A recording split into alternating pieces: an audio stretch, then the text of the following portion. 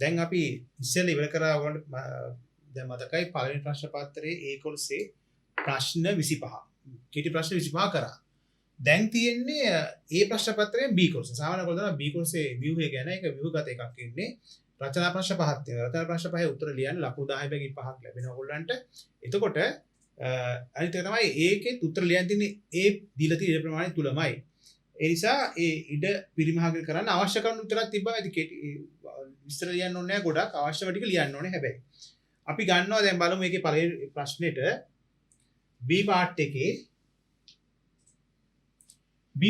පළවෙනි ප්‍රශ්නේ. දැන් මේ විදිහට ඔයගොල්ලෝගේ ප්‍රශ්න පත්‍රයේ තියෙනවා. ඒක කියලා දෙන ප්‍රශ්න 100ට පිළිතුරු මේ ප්‍රශ්න පත්‍රයේම සපයන්න කියලා. ඒකේ පළවෙනි ප්‍රශ්නේ අණු අංක A සහ B තියෙනවා. ඊට පස්සේ තවත් රෝම අංක 4ක් තියෙන කොටස් තියෙනවා. ඒ නිසා දැන් මම පළවෙනි ප්‍රශ්නේ ගන්නවා. පළවෙනි ප්‍රශ්නේ තියෙන්නේ එක A එකේ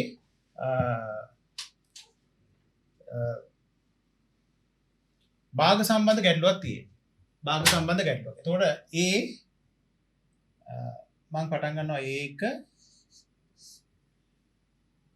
47න් 3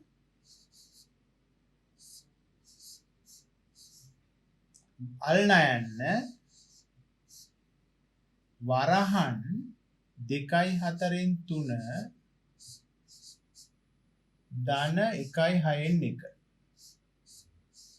ඔන්න ගාන 47න් 3 n අල්නයන්න 2.4න් 3 ධන 1.6න් 1 බෙදීම 8න් 3 කියන්නේ කොටස් ගොඩක් තියෙනවා මේක 8න් 3 තමන් හරි පරිස්සම් වෙන්න ඕනේ මේ බොඩ් බෑස් කියන ඕගොල්ලෝ දන්නවා සාමාන්‍ය වරහන් අල්නයන්න වැඩි කිරීම බෙදීම සුළු කරන එකතු කිරීම වර්ගයෙන් සුළු කරන විදිය ඒ නිසා මෙතන මේ මොනවා තිබ්බත් ඉස්සෙල්ලා වරහන් කොටස කරන්න. ඒකම ගාන හද අතරතුරම මිශ්‍ර භාග තියෙනවා විෂම භාග කරකට ලේසි ගන්න. ඒ නිසා මෙතන මම පොඩ්ඩක් බලන්න මේ කොටස 47න් 3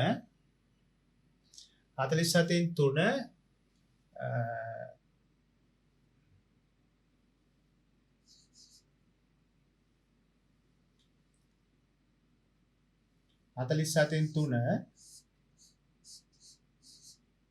අල්ලන්න එහෙම තියාගන්න. මොකද වරහන් තියේදී වරහන් කොටස කරලා ඉන්නවා. ඒ නිසා මිශ්‍ර භාග විෂම භාග කරනවා 4 2 8යි 3යි 11යි. එකතු කිරීම 6 වරක් 6යි 1යි 7යි. බෙදීම 8න් 3 ඒවා දැම්ම කරන්නේ නැහැ එහෙම තියාගන්න. 47න් 3 මේ හැම පෙළම පල්ලෙහාට යද්දි සමාන ලකුණු දාන්න ඕන 47න් 3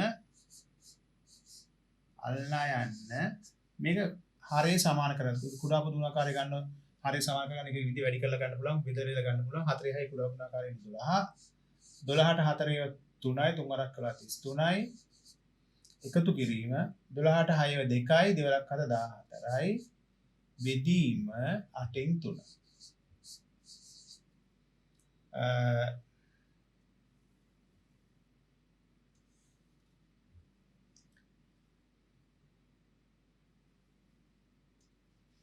47න් 3 අල්ලන්න කියන්නේ වැඩි කිරීම. දැන් මොකද මම වැඩි කිරීම දාන හේතුව මේකෙන් පස්සේ අල්ලන්න අපි විදීම කරන්න ඉස්සෙල්ලා අල්ලන්න කරලා ඉන්නවා. දැන් මම ඒක කරන්න යන්නේ. විතර වරහන් තන උත්තරයක් වෙනවා 12න් 3යි 4යි 7යි 3යි 1යි 4යි. මොකද මේක උත්තරේ ලැබෙනවා. ඒක මම දන්නේ හින්දා තමයි අපි අල්ලන්න කොටස දැන් පටන් ගන්න යන්නේ. වරහන් වලට පස්සේ එන්නේ අල්ලන්න. ඒතර වැඩි කිරීම දැම්මා. ගාන සුළු කරද්දී අල්ලන්න වැඩි කිරීම කරන්න බෙදීම 8න් 3 එකක් දැම්ම කරන්න වෙනවා. සමහර ඒගොල්ලෝ ඒක කරනවා ඒක. ඒ නිසා අපි පියවර යමු. අල්ලන්න රාව දැන් වැඩි කිරීම. දැන් කැපෙනවා මේ 44 මේ 47 කැපෙනවා. 3 වරක් 1යි 3 වරක් 4යි කියලා කැපෙනවා. එතකොට එන්නේ 4න් 1 මෙතන බෙදීම වැඩි කිරීම. දැන් තමයි බෙදීම දෙන්නේ. එතන කැපෙනවා 1 වරක් 1යි 4න් 1 කියලා දැන් ඇවිත් තියෙන්නේ. දැන් බෙදීම කොටසට යන්නේ. බෙදී වැඩි කිරීම කරලා උඩට මාරු කරනවා. 8න් 3 3න් 8 වෙනවා. බෙදීම ලකුණු වැඩි කිරීම කරලා එකම උඩට මාරු කරා.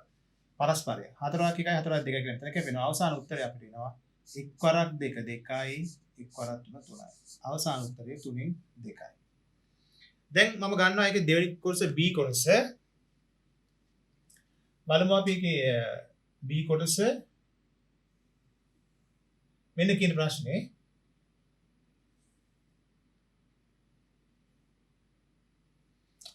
නාමල්ට ඉඩමකින් 8න් 5ක් අයිතිය. නාමල් ඔහුට අයිති නැති ඉඩම් කොටසින් 3න් 2ක් නැවත මිලදී ගත්තේ. මේ B ප්‍රශ්නය. මුලින් නාමල්ට අයිති කොටස හැරුණු විට ඉති ඉඩම් ප්‍රමාණය කොපමණද? නාමල් නැවත මිලදී ගත් ප්‍රමාණය මුළු ඉඩමේ ප්‍රමාණයෙන් කවර භාගයක්ද? දැන් නාමල්ට අයිති නැති මුළු ඉඩමේ ප්‍රමාණය කොපමණද? අවසාන ප්‍රශ්නේ නාමල්ට අයිති නැති කොටසේ වටිනාකම රුපියල් 20000ක් නම් නාමල් ගෙඩමේ වටිනාකම කොහොමද? දැන් අපි මොකද එකින් එකට මම ප්‍රශ්න ගන්නවා බලා ගන්න. මෙන්න ප්‍රශ්නාංකය B එක පටන් ගන්නවා.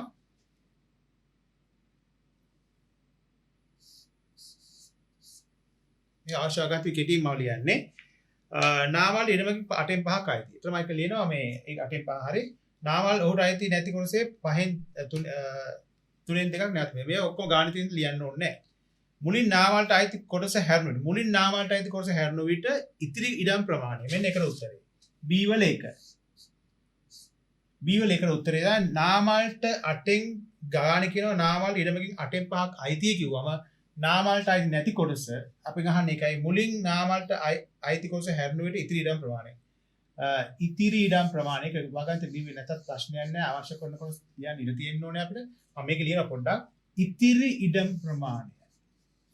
නාමල්ට අයිති කොටස හැරුණා ඔක්කොම ලියන්න ඉඩමදි මේකේ. ඉතිරි ඉඩම් ප්‍රමාණය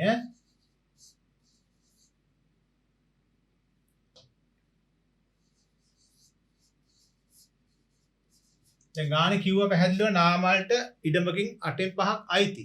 දැන් එන අයිති නැති කොටස 8න් 3යි. ඒක ඉස්සෙල්ලා අහන ප්‍රශ්නේ. මෙන්න ඒකට උත්තරේ. එකට උත්තරේ. B වල 1. දැන් ගානේ කියවෙනවා මෙහෙම දෙයක්. නාමල් ඔහුට අයිති නැති ඉඩම් කොටසින් 3න් 2ක් නැවත. අපිට ඔක්කොම වගත් ලියන්න බෑ. මෙන්න රෝමාංක 2. දැන් දන්නවා නාමල්ට ඉඩමකින් 8න් 5ක් අයිති නම් අයිති නැති කොටස 8න් 3යි. මෙයා ගන්න මේ 8න් 3න් අන්න අතේ අල්ලන්න දැම්මා. ගාන කියන විදිහට මුලින් නාමල්ට අයිති කොටස හැරුණු විට ඉතිරි ඉඩම් ප්‍රමාණය කොපමණද 8න් 3යි. නාමල්ට නාමල් ගාන කියනවා නාමල් ඔහුට අයිති නැති ඉඩම් කොටසින් 3න් 2ක් නැවත ගන්නවලු. අන්න ප්‍රශ්නේ. නාමල් නැවත මිලදී ගත් ප්‍රමාණය මුළු ඉඩමේ ප්‍රමාණයෙන් කවර බාහිරද? 8න් 3න් 3න් 2ක්. ඒකනේ. ගාන කියනවා නාමල්ට අයිති ප්‍රමාණය 8න් 3යි 8න් 5යි 8න් 3ක් අයිති නෑ 8න් 3න් 3න් 2ක් ආයි ගන්නවා කියලා. නාමල්ට ඉඩමකින් 8න් 5ක් අයිතිය නාමල් ඔහුට අයිති නැති ඉඩම් කොටසින් අයිති නැති කොටසින් 3න් 2ක් ගන්නවා. ඉතින් ඒ කියන්නේ 8න් 3න් 3න් 2ක්. ඒතකොට 8න් 3න් 3න් 2ක් කියන්නේ මුළු ඉඩමෙන් ගන්න 8න් 3 වැඩි කිරීම 3න් 2. මේ තුන කැපෙනවා 2කට 2 8 කැපෙනවා උත්තරේ නාමල් නැවත ගන්නේ 4න් 1යි. ඒ කියන්නේ නාමල්ට කලින් අයිති වෙලා තියෙනවා ඉඩමෙන් 8න් 5ක් අයිති නැති කොටසෙන් ආය 3න් 2ක් ගන්නවා කියන්නේ ආ ඉඩමෙන් 4න් 1ක් ගන්නවා. මෙන්න ඊළඟ ප්‍රශ්නේ. නාමල් නැවත විදිහට ප්‍රමාණය මුළු ඉඩමේ ප්‍රමාණය කවර භාගයද? මෙන්න දෙකට උත්තරේ. තුන්වෙනි ප්‍රශ්නේ දැන් නාමල්ට අයිති වෙති මුළු ඉඩම් ප්‍රමාණය. මම හිතලා ගන්නවා මෙන්න මේකෙන් මෙන්න ප්‍රශ්නාංක 3. දැන් නාමල්ට අයිති වෙති මුළු ඉඩමේ ප්‍රමාණය. දැන් කලින් අයිති වුණා 8න් 5ක්. ආයිස් එයා ගන්නවා 4න් 1ක්. ඔන්න 8න් 5යි 4න් 1 එකතු කරා තමයි දැන් මුළු ඉඩමෙන් මුළු ඉඩමෙන් 8න් 5ක් අයිතිව තිබ්බා. මුළු ඉඩමෙන් 4න් 1ක් ගත්තා. ඉතිරියෙන් 3න් 2ක් කියන්නේ මුළු ඉඩමෙන් 4න් 1ක්. එතකොට හරේ සමාන කරගෙන එකතු කරන්න 8 8 1 1 කරා 5 5යි 8 4 2යි 2 2යි 8න් 7ක් දැන් නාමල්ට අයිති. මෙන්න ඒක උත්තරේ. හරි. දැන් නාමල්ට අයිති වෙති මුළු ඉඩම ප්‍රමාණය කොපමණද? මෙන්න අන්තිම ප්‍රශ්න 4 වෙනි ප්‍රශ්නේ අහනවා.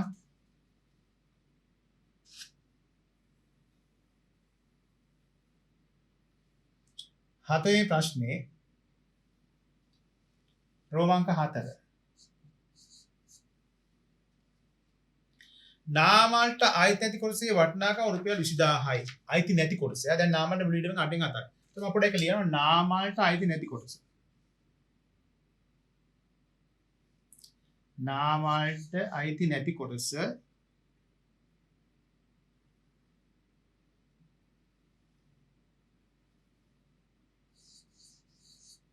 නාමල්ට අයිති නැති කොටස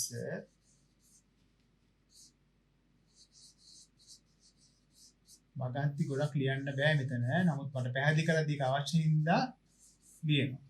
නාමයට අයිති නැති කොටස වෙන්නේ 8න් 1යි. මොකද හේතුව දැන් අපි හෙව්වන්නේ දැන් ඉස්සෙල්ලා තිබ්බ 8 5ක් පස්සේ ගත්ත 4න් 1ක් ඒ දෙක තුනයි පස්සේ 8න් 7ක්. ඒක නාමයට අයිති නැති 8න් 1යි. මම ඒක ලියන්න හේතුව මොකද ගානේ දීලා තියෙනවා නාමයට අයිති නැති කොටසේ වටිනාකම රුපියල් 20000යි කියලා අපෙන් අහනවා නාමල්ගේ ඉඩමේ වටිනාකම. එහෙනම් ඒ කියන්නේ මුළු ඉඩමෙන් ඔය 20000 ගැන මෙහෙම අපි ලියන්න ඕනේ.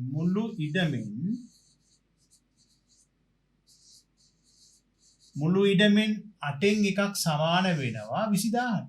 දැන් මේ වගේ දෙයක් ලියද්දී අපි කෙටියෙන් මේ ලියන්නේ රුපියල් 20000 දැම්මත් කමන්නේ අන්තිමව දාන්න ඕනේ ඒකකේ. මුළු ඉඩමෙන් 8න් 1ක් නාමල්ට අයිති නැහැ. ඒක කොහොමද රුපියල් 20000ක් වටිනවා. එහෙනම් 8න් 1ක් සමාන 20000. එහෙනම් මුළු ඉඩමේ වටිනාකම වෙන්නේ මුළු ඉඩමේ වටිනාකම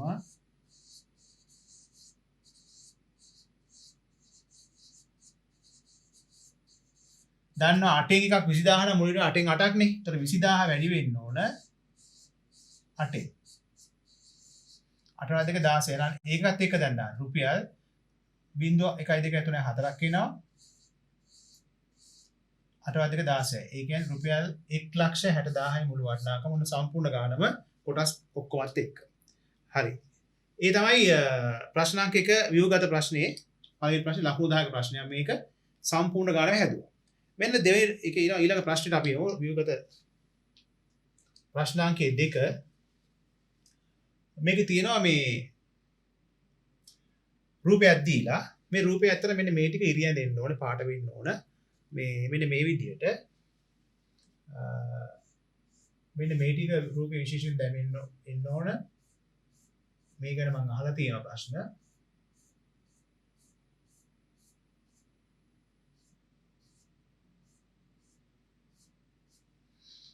මෙන්න මේ මිනිත්තු විදියට තියෙනවා ගාන කියනවා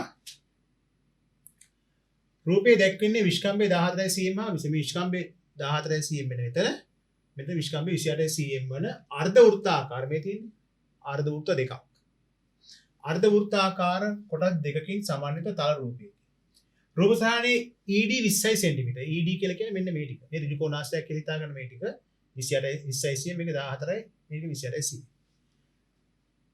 cm එක ABDE ත්‍රිකෝණාශ්‍රයක කොටසේ වර්ගඵලය ABDE කියන්නේ ABD මම හිතන ගන්න ඉස්සෙල්ලා ප්‍රශ්නාංක 1ට රෝමාංක 1 කිලි මම උත්තරේ දානවා වගති ලියන්න ඕන වෙන්නේ නැහැ ABD ත්‍රිකෝණාශ්‍රයේ වර්ගඵලය දිග වැඩි කිරීම පළල මේක දිග 20යි පළල මෙන්න මේ ටික 17 28යි යා මුළු රූපේ ගන්න ABD එතකොට දිග මෙන්න මේ ටික වෙන්නේ 20 පළල කියන්නේ මේක නැත්තම් මේ ටික 20 වැඩි කිරීම 28 උත්තරේ පළවෙනි උත්තරේ 20 වැඩි කිරීම 28 බිංදුව දාලා දෙකෙන් වැඩි කරන්නේ බිංදුවයි දෙවරක් 8 16යි දෙවරක් දෙක 4ක 5යි 508යි ඒක බලන්න සෙන්ටිමීටර ඉඳ වර්ග සෙන්ටිමීටර වලින් මෙන්න පළවෙනි ප්‍රශ්නේ උත්තරේ වර්ග සෙන්ටිමීටර දැන් ඔයගොල්ලෝ උත්තර ලියද්දි හරියටම ඒ තැන්වල ඉඩ තියෙන තැන්වල පොඩි ලියන්න මේ වගේ විභාගත එකක්නේ උත්තර ලියන්න ඕනේ ඒ තමයි ඒක පිටිමාගේ ලියන වගන්ති අවශ්‍ය විදිහට ලියන්න වගන්ති ඔක්කොම මොන වෙන්නේ නැහැ දෙක BCD විශාල අර්ධ වෘත්තයේ වර්ගඵලය මෙතන මම දාන්න එකත්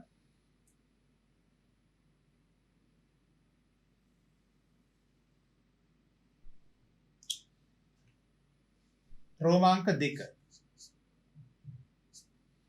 BCD විශාල අර්ධ වෘත්තයේ වර්ගඵලය. එතකොට ඒ අර්ධ වෘත්තය දැන් මම පොඩ්ඩක් රූපේ ගන්නවා පල්ලෙහාට. මෙන්න මේකේ විශාල අර්ධ වෘත්තය කියන්නේ මෙන්න මේ BCD කොටස. කුඩා අර්ධ වෘත්තය කියන්නේ මෙන්න මේක. ඒතර BCD ඔය අදහස. ඒක අර්ධ වෘත්තයක් කිව්වම අරයක් සහිත රූපයක්නේ. විශාල අර්ධ වෘත්ත වර්ගඵලය භාගයයි ϕr වර්ගය. මම වගන්ති ලියන්නේ නැහැ කෙලිම හදනවා භාගයයි ϕr වර්ගය. එතකොට භාගේ වැඩි කිරීම ϕ 722 r වර්ගය. ඒතර අරයන් දෙකක් තියෙනවා. එකක් තමයි විස්කම්බේ 14ක් වෙන එකක් තියෙනවා. අනිත් එක විස්කම්බේ 28ක්. දැන් අපි ගන්නේ ලොකු එකනේ විස්කම්බේ 28 එක. විස්කම්බේ 28 කියන්නේ අරේ 14යි. භාගයයි ϕr වර්ගය. 14 වැඩි කිරීම 14. ලොකු එක යා. මෙන්න මේ ලොකු අර්ධ වෘත්තයේ විස්කම්බේ 14 වුණා හින්දා අරය 7 වෙන්නේ. මේ විස්කම්බේ 28 වුණා. මේ තියෙන 28 ඒ නිසා අරය 14 වෙන්නේ. කැපෙනවා 7න් 7ක් 1යි 7ක් 2යි. මේ දෙක කැපෙනවා.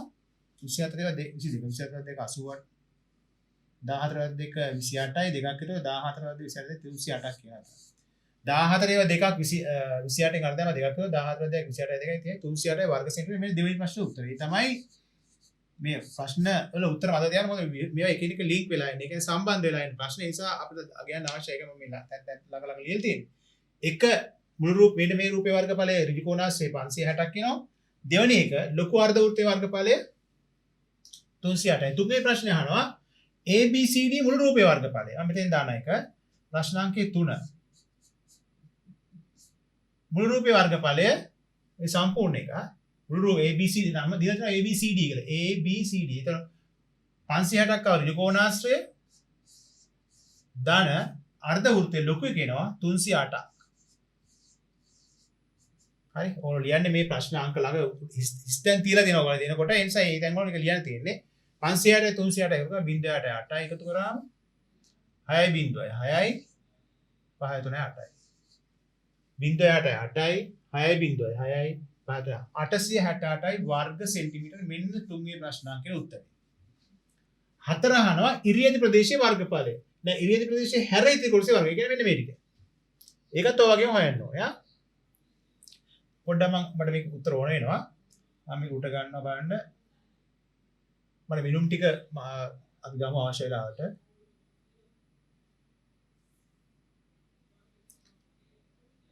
රෝමාංක 3 4 මෙන්න 5. රෝමාංක 5. පහේ අහන්නේ දැන් රෝමාංක 4 ඉරියදි ප්‍රදේශයේ හැර මේ තුන්වෙනි එකනේ. මේක තුන්වෙනි එක මේක හතරවෙනි එක. ඉරියදි ප්‍රදේශයේ හැර දැන් අර කුඩා අර්ධ වෘත්තයයි කුඩා ඍජු කෝණාශ්‍රය ගන්න. ඒතකොට ඒකේ වර්ගඵලය ගන්නේ 20 වැඩි කිරීම 14 දිගපාල. ඍජු කෝණාශ්‍රය වන්නේ 20 වැඩි කිරීම 14. ඒකට එකතු වෙන්න ඕන. හරි 20 වැඩි කිරීම 14 කියන්නේ මෙන්න මේක. මේ තියෙන්නේ මේ රූපේ මේ තන 20යි 14යි 20 14. මේ අර්ධ වෘත්තයේ විස්කම්භය 14. ඒ කියන්නේ අරය 7ක් වෙන අර්ධ වෘත්තයක් ගන්නවා. ඒ හින්දා 20 14 ඍජු කෝණාශ්‍රයේ අර්ධ වෘත්තයේ භාගයයි phi r වර්ගය. මම ඒක ලියලා පෙන්නන්න. 14 2 280ක් එනවා. මෙතන භාගයේ වැඩි කිරීම 7න් 22 වැඩි කිරීම r වර්ගය. එතන මම කිව්වා අරය 7යි කියලා. විස්කම්භය 14ක් කියන අරය 7යි. එතන 7 වැඩි කිරීම 7 කියනවා. ඒතර මේ 4 7ක් කපන්න පුළුවන්. දෙවරක් 11යි කියලා කපන්න පුළුවන් 22 ගත්තා. අන්තිමට 280 දාන 11 වරක් 7 77යි. මෙතන 22 දෙවරක් 11යි. ඒතර මෙතන 11 වරක් 77යි. 0.7යි 7යි 8යි 7යි 15යි 1යි 2යි 3යි.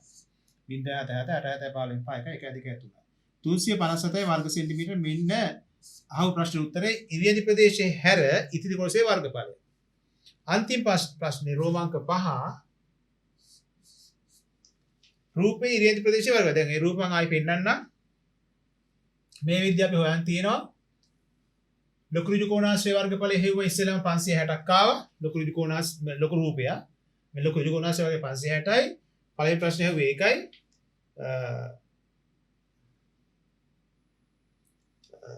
ABDE ඍජු කෝණාශ්‍රය වර්ගඵලය 560 මේ 560යි. දෙවෙනි ප්‍රශ්නේ අහනවා ABCD මුළු රූපේ. මෙන්න ABCD මුළු රූපේ වර්ගඵලය මේ ගන්නවා 560 308 එකතු කරලා 308 වෙනවා. හෙව්වා අපි. අර්ධ වෘත්තයේ වර්ගඵලය BCD අර්ධ වෘත්තයේ වර්ගඵලය ඊට පස්සේ අපි ABCD මුළු රූපේ වර්ගඵලය තමයි මේ ගත්තේ 868ක් ආවා එකතු කරලා. ඒක මත තියාගන්න. ඊට පස්සේ දැන් ගන්නවා මෙන්න මේක වර්ගඵලය. ඉරියදි ප්‍රදේශයේ හැර වර්ගඵලය එනවා 308ක්. හරි? මේ මෙන්න මේක 357. හරි 357. දැන් අපිට එන්නේ 500 මේ මෙතන තියෙන මුළු රූපේ වර්ගඵලය මේ 500 ඍජු කෝණාශ්‍රය ලොකු ඍජු කෝණාශ්‍රය ලොකු අර්ධ වෘත්තයේ 300 එක තමයි 860ට කියන මුළු එකේ වර්ගඵලය. දැන් කිව්වා මෙන්න මේකේ වර්ගඵලය දැන් මම පෙන්නුවා අරගෙන 357. එහෙනම් ඉරියදි ප්‍රදේශයේ වෙන්නේ ওই දෙකේ අඩු කරාම ඒ කියන්නේ රෝමාංක 5ට උත්තරේ එන්නේ මුළු රූපේ වර්ගඵලය මුළු රූපේ වර්ගඵලය 868යි. ඔය 868න් අඩු වෙන්න ඕන 357. 357 ගත්තා මේ මතක ඇති මේ තියෙන 357 ගත්තා. ලොකු පොඩි ත්‍රිකෝණාංශයේ දිග පහළ වැඩි කරා 280යි භාගය ෆයි අර අරය 7ක් වෙන එකක් තියෙනවා. ඒ දෙක තමයි 357යි අඩු කරා වෙනවා. 8න් 7ක් ගියාම 1යි 6න් 5ක් ගියාම 1යි 8න් 3ක් ගියාම 5යි. ආයෙ බලන්න. ලොකු එක 868යි පොඩි එක 357 8න් 7ක් 1යි 6න් 5ක් 1යි 8න් 3ක් 5යි 511යි වර්ග සෙන්ටිමීටර්. හරි. ඒ සම්පූර්ණ ප්‍රශ්නෙම දෙවෙනි ප්‍රශ්නේ ඉවර කරේ. ලකුණු 10ක ප්‍රශ්නයක්. ඒ කොටස වල උත්තර ලියද්දි තමන් අදාළ තැන්වල ඉඩ තියලා තියෙනවා තමන්ට. ඒ තැන්වල කෙටියෙන් ලියන්න මේ වගේ අවශ්‍ය පියවර තියෙන උත්තර දෙක දාලා හරියන්නේ නැහැ. දැන් අපි යන ඊළඟ ප්‍රශ්නේ මේකේම. තුන්වෙනි ප්‍රශ්නාංකය. ගානේ කියනවා වෙළඳ පොලක ඇති අඹ ගෙඩියක සහ ඇපල් ගෙඩියක මිල අතර අනුපාතය 4:5යි. අඹ ගෙඩියක මිල රුපියල් 40යි. එක ඇපල් ගෙඩියක මිල සොයන්න මේ සාමාන්‍ය 9 ශ්‍රේණිය අනුපාත සම්බන්ධ ගැටලුවගේ ප්‍රශ්නයක් මේ තියෙන්නේ. නමුත් 10ට තෝක අදාළයි. හදිසිය ඇපල් ගෙඩියක මිල වැඩි වීම නිසා අඹ ගෙඩියක සහ ඇපල් ගෙඩියක මිල අතර අනුපාතය 2:3 අනුපාතකින් වැඩි වී එවිට ඇපල් ගෙඩියක නාම මිල කොහොමද? ඊළඟ ප්‍රශ්නේ මිල වැඩි වූ පසු ඇපල් ගෙඩියක සහ පේර ගෙඩියක මිල අතර අනුපාතය ඒ කියන්නේ අරුත් එකක් දෙනවා 2ට 1යි. නම් අඹ ඇපල් සහ පේර අතර අනුපාතය. ඒ කියන්නේ සංයුක්ත අනුපාතයක් ගන්න ඕනේ 3ට. හරිද? දැන් මම ගන්නම් පොඩ්ඩක් මෙතන මම පළවෙනි පටන් ගන්න මෙතනින්.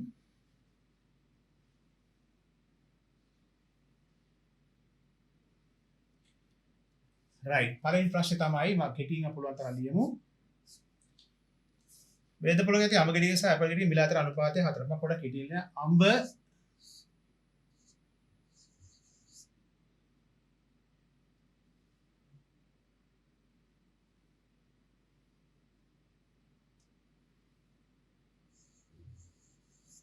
අනුපාතය ඇපල්. ඔය ලියන්න තමයි ලේසි. වෙළඳ පොලේ ඇති අඹ ගෙඩියක සහ ඇපල් ගෙඩියක මිල අතර අනුපාතය 4:5යි. 4 අනුපාතය 5. අපෙන් අහනවා අඹ ගෙඩිය කියන රුපියල් 40. මෙහෙම ලියාගත්තා ලේසි. අඹ ගෙඩිය 40යි. හරි? එහෙනම් අපෙන් අහනවා ඇපල් ගෙඩියක මිල අපි ගමු මේක මෙහෙම. සමානුපාත වලින් මේක යන්නත් පුළුවන්. හරි? ඒතර මේ නිකන් තව ක්‍රම තියෙනවා මේ ක්‍රමයට ගන්නෙ. එහෙනම් 4 අනුපාතය 5 සමාන වෙන්න ඕන 40 අනුපාතය x නේ. ඕකනේ කියන්නේ. ඒක සමානුපාත කියන්නේ මේකයි. ඉස්සෙල්ලා අනුපාත තුන දැන් අගය අනුලින් ආවා. අඹ සහ අපල අතර අනුපාතය 4:5යි. අඹ ගෙඩිය 40 නම් ඇපල් ගෙඩිය කීයද? ඒත් අනුපාතය ගත්තා. ඒතකොට 4:5 සමානයි 40ට x. මේක ලිව්වම භාගයට 4යට 5 සමානයි 40ට x. මෙන්න සමීකරණයක් ඇද හරසුන් දාන්න 4 වැඩි කිරීම x සමානයි 5 වැඩි කිරීම 40. ඒ උත්තරේ වෙනවා x සමාන වෙනවා මේක වැඩි කරාම 5 4 200යි 200 බෙදන්න ඕන මේකින් නේ 4. මම පියවර අඩු කරලා ලියන්නේ ඒකයි ඉඩමදි නිසා 5 4 20යි 200 බෙදීම 4. ඒ කියන්නේ x එන්නේ 50යි. මොකද්ද මේ ප්‍රශ්නේ ඇපල් ගෙඩියක මිල සොයන්න. එතකොට අඹ ගෙඩිය සහ ඇපල් ගෙඩියක මිල අතර අනුපාතය 4:5යි. අඹ 4 නම් ඇපල් 5යි. අඹ ගෙඩියක මිල 4 වෙනවා. ඇපල් ගෙඩියක මිල. ඒක කෙලිම පළවෙනි ප්‍රශ්න උත්තරේ රුපියල් 50යි. ඒක දා ගන්න ඕන අංක 1ට උත්තරේ x ආවා. මොකද මේ x කියලා 50 කියලා දැම්මම වැඩක් නැහැ. අපි දැන් උදාහරණ වශයෙන් මේ වගේ මේව ගත්තයින් පස්සේ ඒක ලියන්න ඕනේ අන්න. මොකද x කියලා අපි ගන්නේ. ගාන දීප ගන්නේ මේද අපි ලියන්න ඕනේ ඇපල් ගෙඩියක මිල ඊට පස්සේ ලියන්න. ඇපල් ගෙඩියක මිල ඔක තමයි හොයාගත්තා අපි. ඉතලා රුපියල් 50යි කියලා මේක 50නේ. රුපියල් 50යි. ඒක ලියා ගන්න.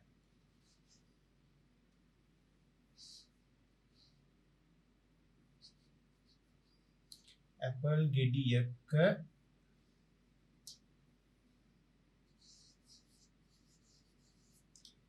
ගෙඩියක මිල සමානයි රුපියල් 50යි.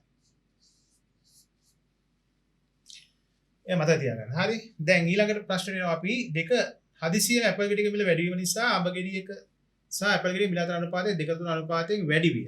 එවිට ඇපල් ගෙඩියක නාම මිල ඒත් ගන්න පුළුවන්.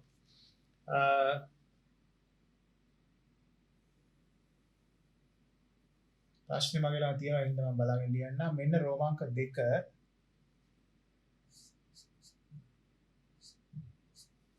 දැන් ආයි කියන හදිසියෙම ඇපල් ගෙඩිය මිල වැඩි වෙන නිසා අඹ ගෙඩිය සහ ඇපල් ගෙඩිය මිල අතර අනුපාතය ආයි වෙනවා. මෙන්න අඹ Apple අර වගේම යන්න. හදිසියෙම Apple ගෙඩිය මිල වැඩි වෙන නිසා අඹ ගෙඩිය නිසා Apple ගෙඩිය මිල අතර අනුපාතය 2. දැන් අඹ ගෙඩිය 2යි Apple ගෙඩිය 3යි. මේ ක්‍රමයටම ගියාම ලේසියි. අනුපාතය වැඩි වෙයි. එවිට Apple ගෙඩියක නව මිල. දැන් වෙනස් වුන්නේ නැහැ නේ අඹ ගෙඩියක මිල.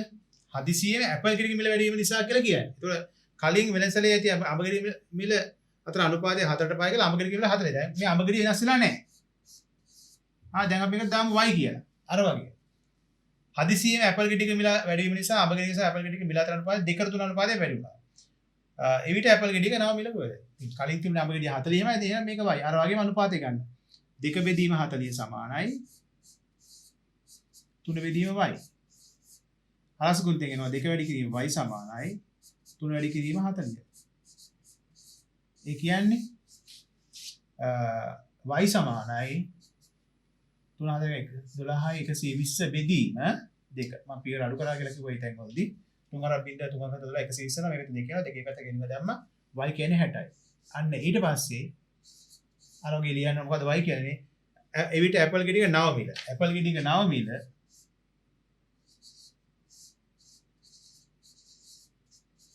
Apple ගෙඩියක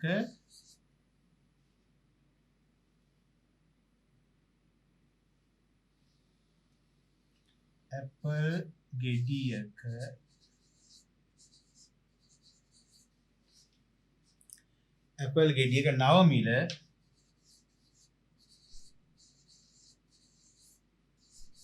සමානයි රුපියල් 60යි. ඔන්නමයි ගන්න එක. හරි. දැන් අහනවා මෙහෙම දෙයක්. තුන්වෙනි ප්‍රශ්නේ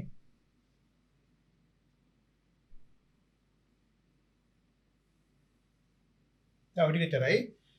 මිල වැඩි වූ පසු Apple ගෙඩියක සහ පේර ගෙඩියක මිල අතර අනුපාතය 2ට 1 වේ. අඹ Apple සහ පේර. දැන් කලින් මේක ගන්නේ සංයුක්ත අනුපාතය ගන්න යන්නේ මේ. ප්‍රශ්නාංක 3 ඒකේ මුලින් කිව්වා අඹ සහ Apple අතර අනුපාතය. දැන් මිල වැඩි වුණාන් පස්සේ මිල වැඩි වූ පසු කියලා කියනවා. දැන් ආයෙ ලියුවොත් අඹ අනුපාතය Apple අනුපාතය පේර. දැන් මම උදේ 3ක් කියනවනේ. මිල වැඩි වූ පසු අඹගේ Apple ගෙඩිය සහ පේර ගෙඩිය මිල අතර අනුපාතය 2ට 1යි. අඹ Apple සහ පේර අතර කියන්නේ සංයුක්ත අනුපාතය තුනීම ගන්න ඕනේ. මම මුලින් පොඩ්ඩක් ලියා ගන්නවා මිල වැඩි වුණාන් පස්සේ මොකද්ද අඹ සහ හදිසියෙම Apple ගෙඩියක මිල වැඩි වීම නිසා අඹ ගෙඩියක සහ Apple ගෙඩියක මිල අතර අනුපාතය 2ට 1යි. අඹ සහ Apple අතර අනුපාතය 2ට 3 වෙනවා කියලා කිව්වනේ. මිල වැඩි වුණාන් පස්සේ මෙයා කලින් අනුපාතය තිබ්බේ 4ට 5යි. මිල වැඩි වුණාන් පස්සේ 2ට 3යි. අඹ සහ Apple අතර අනුපාතය මිල වැඩි වීම හදිසියෙ Apple ගෙඩියක මිල වැඩි වීම නිසා අඹ ගෙඩිය සහ Apple ගෙඩියක මිල අතර අනුපාතය 2ට 3 අනුපාතයෙන් වැඩි විය 2ට 3යි. හරිද? ඊට පස්සේ අහනවා එවිට Apple හරි මිල වැඩි වූ පසු Apple ගෙඩියක සහ පේර ගෙඩියක අනුපාතය 2ට. Apple පේර ඔන්න මේ විදිය. අඹ සහ Apple අතර අනුපාතය මිල වැඩි වුණාන් පස්සේ 2ට 3යි. මිල වැඩි වුණාන් පස්සේ Apple සහ පේර අතර අනුපාතය 2ට. මේක 9 ශේන්දි කරනවා මේ සංයුක්ත අනුපාතය ගන්න විදිය. ඒකට අපිට ගන්න තියෙන්නේ මොකද්ද? සංයුක්ත අනුපාතය ගන්න මෙන්න මේ දෙක එක ගාණක් වෙයි. මොකද කරන්නේ? 3 2 කියන්නේ මේක වැඩි කරන්න ඕන 3 6 කරන්න දෙකෙන් මේ දෙක 6 කරන්න 3ෙන්. ඔන්න ඔහොම සාමාන්‍ය වලට ගන්න. 3 2 ගේන්නේ 6ට. ඒතර මේ 3 6 කරන්න දෙකෙන් වැඩි කරනවා මේ පේරිය වැඩි කරනවා දෙකෙන්. හරි. ඊළඟට මේ පේලිය වැඩි කරනවා මේ පේලිය 3 6 කරන්න දෙකෙන්. මේ 2 6 කරන්න 3ෙන්. එතකොට වැඩි කරලා දෙවරක් 2 4යි අනුපාතය දෙවරක් 3 6යි. මෙතන එනවා 3 වරක් 2 6යි 3 වරක් 3. ඒතකොට සංයුක්ත අනුපාතය අපි ගන්නෙ 4 අනුපාතය 6 දෙක සමානයිනේ. 4ට 6 තමයි මෙන්න උත්තරේ. ඒ කියන්නේ ගානේ වැඩිවෙන පස්සේ අඹ Apple සහ පේර අතර අනුපාතය 4ට 6ට 3යි. ඒ ප්‍රශ්නේ ඉවරයි. ඒ කියන්නේ ප්‍රශ්නාංක 3ක් ඉවරයි මේ විද්දි B පාර්ට් එකේ ප්‍රශ්නාංක 3ක් ඉවරයි. අපි යනවා ඊළඟට 4 වෙනි ප්‍රශ්නාංකයට. B කොටසේ මේ ප්‍රශ්න ටික. වේසරක විකිණීමට ඇති ශීතකරණයේ ලකුණු කළ මෙන් රුපියල් 30000යි. දුමින්ද මේ ශීතකරණයේ වේදිකාවත් අතර ඒ සඳහා ලකුණු කළ මෙන් 15ක වැට් බද්දක් ගෙවිය යුතුයි. වැට් බද්ද කියන එක ගන්න පුද්ගලයා ගෙවන්න ඕන එක. වෙලෙන්ද නෙමෙයි. හරි. ගෙවිය යුතු වැට් බද්ද කොපමණද? ප්‍රවාහනය සඳහා රුපියල් 1000ක් වියදම් විය. ඒ අනුව ශීතකරණය සඳහා දුමින්ද වියදම් කළ මුළු මුදල සොයන්න. B කෙනෙක් බැංකුවෙන් රුපියල් 10000ක මුදලක් වැල් පොලි ක්‍රමයෙන් ණයට ගනී. වාර්ෂික වැල් පොලි ප්‍රතිශතය 10යි. අවුරුදු දෙකකින් පසු ණය නිදාගෙන හරි ප්‍රසිද්ධයි මේ වගේ ප්‍රශ්න. බලමු අපි වලින් ප්‍රශ්නෙට.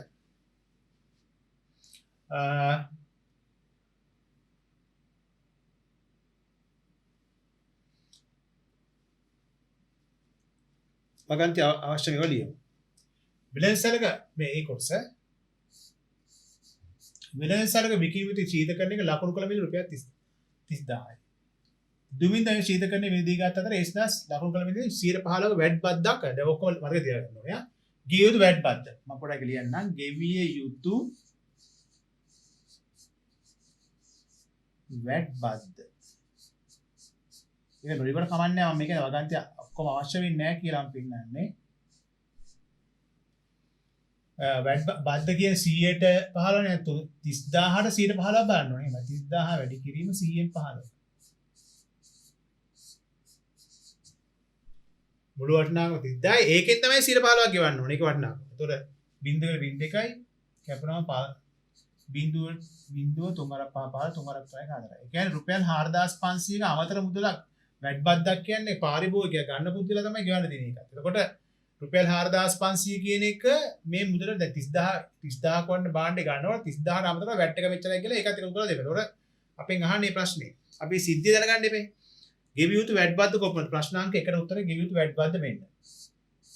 ප්‍රශ්නාංක A1 මෙයා A වල 1. හරි ඉබිකොලස් දෙක ප්‍රශ්න තියෙනවා. 2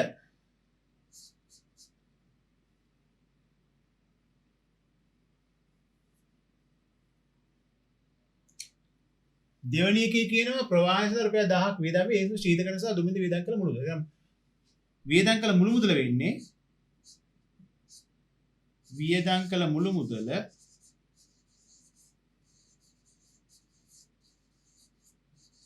වියදම් කරේ මොකද ඒක ලියන්න ඕනේ ඔක්කොම ලියන්න බෑ අපිට ඊටමදි. ශීතකරණේ ගන්න 30000 දැන් ගෙවිය යුතු වැට් බද්ද යවුවනේ. ඒතකොට එයා ගන්නකොට 30000ක් වෙනම ගෙවන්න ඕන. වැට් බද්ද 4500ක් ගෙවන්න ඕන. ශීතකරණයට යන විදිහ තමයි මේ තියෙන්නේ. ඒක ගේන්න රුපියල් 10000ක් ගන්න. මෙන්න වියදම් 3. අපි එක එක වෙන වෙන හැවෙන්නේ නැහැ. ඉස්සෙල්ලාම අපි වැට් බද්ද කීයද?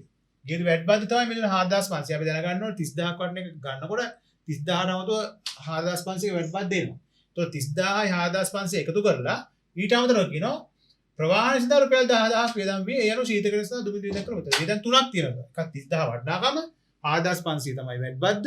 ඊළඟ තමයි 10000 ප්‍රවාහන. ඒතර ඔක්කොම 30යි එතන එකතු කරා 30යි 10යි 40 47500ක් කියන ඔක්කොම නේ. බිඳුවයි 5යි 3 4 බිඳුව 4 30යි 10යි 40 47500 රුපියල් 47500. එතකොට පල්ලයට එකතු කරලා බලන්න ඒත් හරි. 30000යි 10000 එතන 40000 40000 47500. ඒ තමයි ශීතකරණේ ප්‍රශ්න ඉවරයි. ඒකේ B කොටස අහනවා වෙන එකක්. කෙනෙක් බැංකුවේ රුපියල් 10000ක මුදලක් වැල් පොලි කරන ණයට ගනින් වාර්ෂික පොලි අනුපාතයේ 10යි අවුරුදු දෙකක 9000 දී ගෙවිය යුතු මුළු ඒක එකපාර ගන්න පුළුවන් ළමයි දන්නවා හදන ක්‍රමයක මේ සාමාන්‍යයෙන් ගන්න එකපාර මෙහෙමයි B මම ගතින ලියන්නේ නැහැ ඒකේ ගති අවශ්‍යත් නැහැ කෙනෙක් බැංකුවේ රුපියල් 10000ක මුදලක් වැල් පොලි කරන ණයට ගනින් වාර්ෂික පොලි ප්‍රතිශතය 10 නා අවුරුදු දෙක එකපාර ගන්න පුළුවන් ගන්නේ 10000යි මෙන්න ණය මුදල ඒක 100ට 110න් වැඩි කරනවා. ළමයි මේක දන්නවා. ඔය 110ක පොලියක් කියන්නේ 100ක් නෑ නම් 10 පොලිය. ඒතකොට ණය මුදල 100 වෙද්දි මුළු මුදල 110ක් එනවා. වැඩි කරාම එනවා පළවෙනි අවුරුද්දේ මුළු මුදල. ඒක ඊළඟ අවුරුද්දේ එකතු වෙලා එන හින්දා ඒකම 110 වැඩි කරාම ඊළඟ අවුරුද්දේ මුළු මුදල හැදිලාම එනවා. මොකද මේක වැඩි කරායින් පස්සේ විතර හැදෙනවා ඊළඟ අවුරුද්දේ මුළු මුදල. ඒක 110න් වැඩි කරාම දෙවෙනි අවුරුද්දේ මුළු මුදල එනවා. ඒත් සුළු කරන්නේ මේ බිංදු දෙක මෙතන බිංදු දෙකක් කපන්න. මේ බිංදු දෙක මෙතන බිංදු දෙකක් කපන්න. ඉතුරු වෙන්නේ මේ ඔක්කොම කැපුණා මෙතන 110 වැඩි කිරීම 110 කියලා. ඔයගෙනි වැඩි කරලා දාන්න පුළුවන් බිංදුවයි 11 බිංදුව 11 කරලා 120. රුපියල් 12100ක් මුළු මුදල එනවා.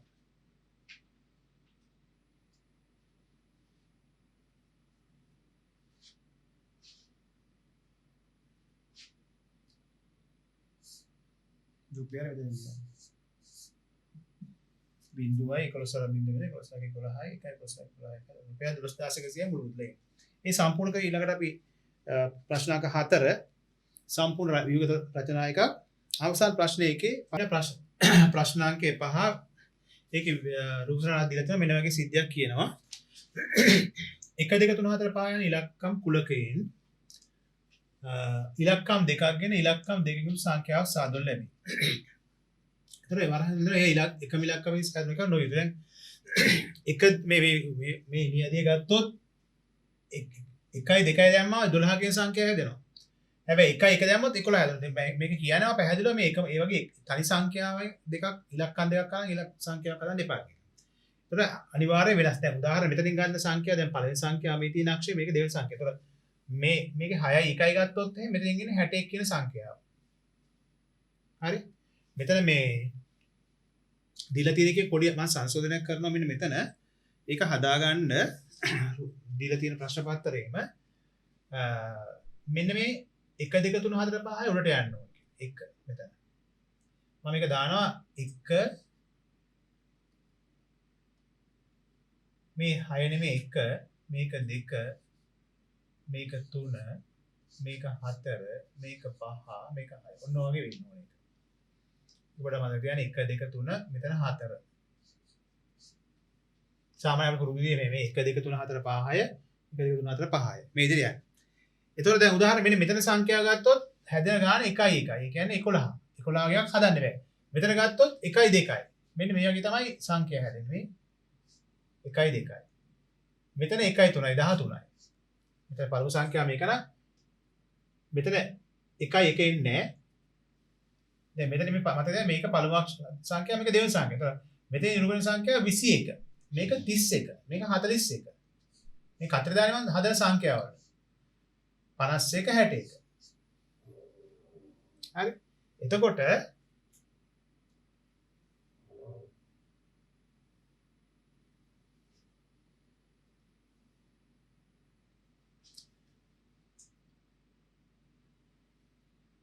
මේක ඉන්නේ 5. 1 2 3 4 5යි. එතන මෙතන මේ සංඛ්‍යාව වාග්ගයේ පළමු සංඛ්‍යාව තමයි මේ අක්ෂරය. එතන මෙතන 2යි 1යි. 31 21 31 41 51. මෙතන සංඛ්‍යාව බලන්න. මේ ඉන්නේ මෙතන එනවා මේ සංඛ්‍යාව. 1යි 2යි 12යි. මේක 22යි. ඒක ගන්න බෑ. ඒක ගන්න බෑ. මම මොකද ඒක අයින් කරගන්නවා 22 කියන්නේ එකම සංඛ්‍යාවෙන් හැදිච්ච එකක් නිසා ඒක ගන්න යාවි.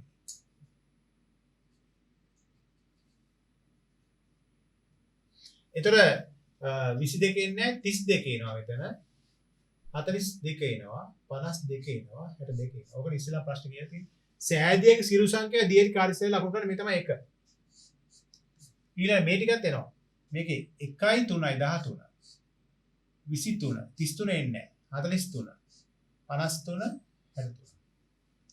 මේක 1යි 4යි 14 24 34 44 එන්නේ 54 64 මේක 1යි 5යි 15 1 2යි 5යි 25 35 45 55 එන්නේ 65 60 55 ළඟ එක විලක්කකින් හැදෙන්නේ. එතන 1යි 6යි 16 26 36 46 56 66. ඒකයි මෙතන එනවා සිද්ධි 1 2 3 4 5 6 වරක් 36ක සිද්ධි තියෙනවා. වෙන්න පුළුවන් ඉලක්ක 36ක් හදන්න පුළුවන්. හැබැයි මේ 36 මෙන්න මේ 6 වෙලා තියෙනවා. 11 22 33 44 55 66 ඉලක්කම් හැදෙන. සංඛ්‍යා හැදෙන්නේ නැහැ මේ ඉලක්කම් වලින්. මේ 36න් එහා ගියාම මෙතන හදන්න පුළුවන් සංඛ්‍යා 30ක් තියෙනවා. ඔන්න අහන ප්‍රශ්න ටික. එක උත්තරේ දැන් කරලා ඉවරයි. සෑදියේගේ සීල සංඛ්‍යා දියදී කාර්යස්ථලය ලකුණු කරන්න. 2. සෑදියේගේ විශාල සංඛ්‍යාව කුමක්ද? විශාල සංඛ්‍යාව කියන්නේ විශාල සංඛ්‍යාව දෙක තුනයි. يعني 6යි 6යි 66නේ. ඊට මෙහයි. දැන් මෙතන කියන මේකත් එක්ක ගන්න මේකනේ 66 වෙන්නේ. පළමු සංඛ්‍යාව මේකින්ද. ඒක 1 2 3 4 5 යනකොට 6 තමයි ලොකුම සංඛ්‍යාව. 6න් ඉන්නේ තමයි ලොකුම සංඛ්‍යාව. ඒතකොට එනවා 61 62 63 64 65. 66 දෙන්නේ නැහැ. හරි. මොකද ඉස්සෙල්ලා මේ තමයි මේ පැත්ත. පළමු සංඛ්‍යාව යන්නේ මේ පැත්ත. ලොකුම සංඛ්‍යාව 65. දැන් මේක බලන්න මේ 15 25 35 45 55 65. එතකොට 65 තමයි ලොකුම සංඛ්‍යාව.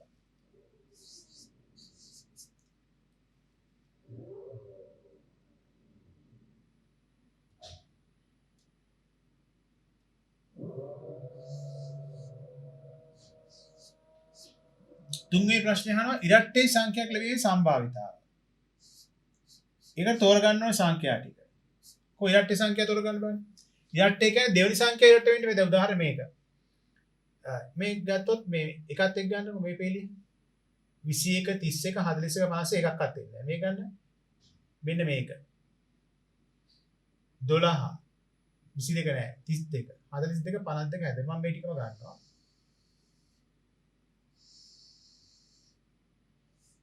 මම මේ කොටු කරන්නේ එක ඉරට්ටේ සංඛ්‍යාවට. මොකද 12 22 නෑ 32 42 52. ආයි මේක එනකොට බෑනේ 13 23 තුන එනවා නම් බෑ. මේක එනවා 1 4 14 මේ සෙට් එක මේ.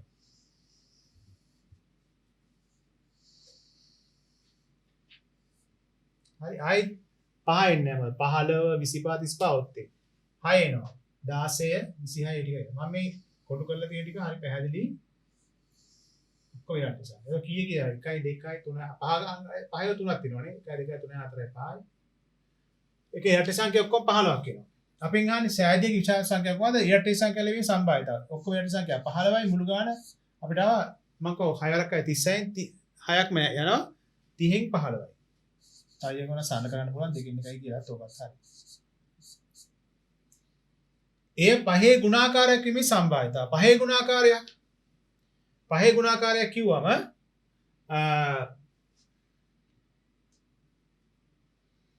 පහේ ගුණාකාරයක් කිව්වම අග පහව බිංදුව එන්න ඕන. එතකොට එකින් එක බලමු. 1යි 1 මේ 1 එනවා ඉන්නේ නෑනේ. 1 මේ 1 දෙමළ 11 21 31 41 51 60 නෑනේ. තුනේ නේවත් නෑ. පහේ ගුණාකාරයට අග බිංදුව එන්න එක 5යි. මෙන්න මේක තමයි ඔක්කොම ඉන්නේ. එකක් 15. අනිත් එක 25. 35 45 55 65 ඔන්න පහේ ගුණාකාරය. වෙන කිසි එකක් පහේ ගුණාකාරය මෙතන මොකද පළමු සංඛ්‍යාව මේක තමයි කියන්නේ. එහෙම නෑ. එහෙනම් සංඛ්‍යා තියෙන්නේ 5යි. 1 2 3 4යි 5යි. එතනනේ මේ පහේ ගුණාකාරයක් වීමේ සම්භාවිතාව 30න් 5යි. 5යි තියෙන සංඛ්‍යාව. දැන් මේකෙම තේරෙනවනේ. මෙතනින් 15 එන්න ඕනේ 25 එන්න ඕනේ 35 45 55 මේ 65 හරිනේ. තුන සංඛ්‍යා 5යි. අන්තිම ප්‍රශ්නය අහනවා සංඛ්‍යා 50ට වැඩි සංඛ්‍යාව 50ට වැඩි සංඛ්‍යා සියල්ලම අතවත් ප්‍රදේශයේ එනස. ඒ කියන්නේ හැදෙන සංඛ්‍යාව 50ට වැඩි වෙන්න ඕනේ. ඒක මොනවාද? 50ට වැඩි කියන්නේ දැන් මේ මෙතනින් ගන්නවා. මෙතන ඉන්නේ එකෙන් බලන්න මේ 12 13 14 15 16 21 22 නෑ 23 24 25 50 වෙන්නේ නෑ. 31 32 33 34 35 36 නෑ.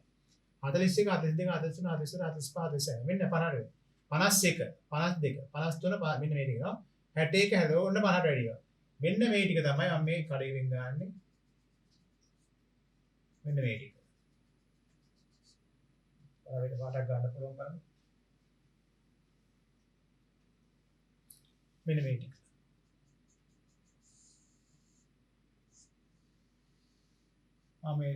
ඒක දැන් අතු පාටින් ගන්නෙ. මෙන්න මේ ටික තමයි 50ට වැඩිව තියෙන්නේ. අපිට කියනවා සංඛ්‍යා 50ට වැඩි සංඛ්‍යා සියල්ල ඇතුළත් ප්‍රදේශයේ ඒරිස නම් කරන්න. මෙන්න මේක ඒ.